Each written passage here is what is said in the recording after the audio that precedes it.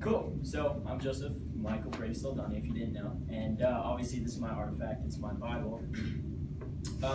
Obviously you're thinking, you're like, oh gosh, a Bible. This kid's probably like brainwashed from like childhood, like his parents are Christians, all that stuff, and that's actually not the case whatsoever. I was born straight into a broken family. My parents are divorced, and it like didn't seem that bad because obviously I was like born into that, and like that's what I knew.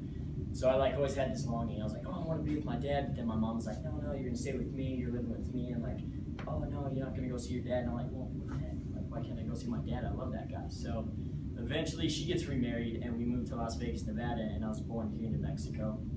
So I've lived in Las Vegas, Nevada for like 5 years and all that stuff. And it was just like an isolation thing. Like, you know, my mom was kind of dependent on her now husband, and he was kind of the guy who was like, oh, sure, I love you. Here's some stuff. Oh, you want an Xbox? There you go, man. So I was kind of like isolated. On top of that, when I was little, I was like huge. I was a little fat kid. We had our own fryer and all that stuff, so it was pretty nice. But at the same time, it was. And I got to move with my dad. 6th grade, I came down over here with my dad, and I was like, sick, this is it. This is going to be amazing and all this stuff. And my dad's like, yeah, you know, it's time for me to show you how to be a man, how to like do all this stuff. I'm like, sick. And then like living with him, just he was absent. Like he would come home, he would work, straight to his room, like with his stepwife. And I was like, yo, what the heck? But then again, I just continued to move on. And then that's when tragedy started happening within my family. And one of the most distinctive moments that I can remember was my grandma Brady.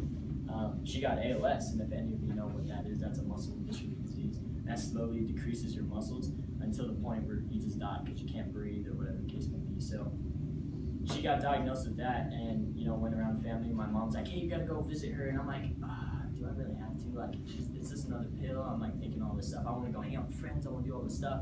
Well, it got to the point where she was so bad, the entire family moved in. We started to take care of her. And I was at this point in time where, you know, my dad was like not there. I realized he was an alcoholic at this time, so he's getting all over the place.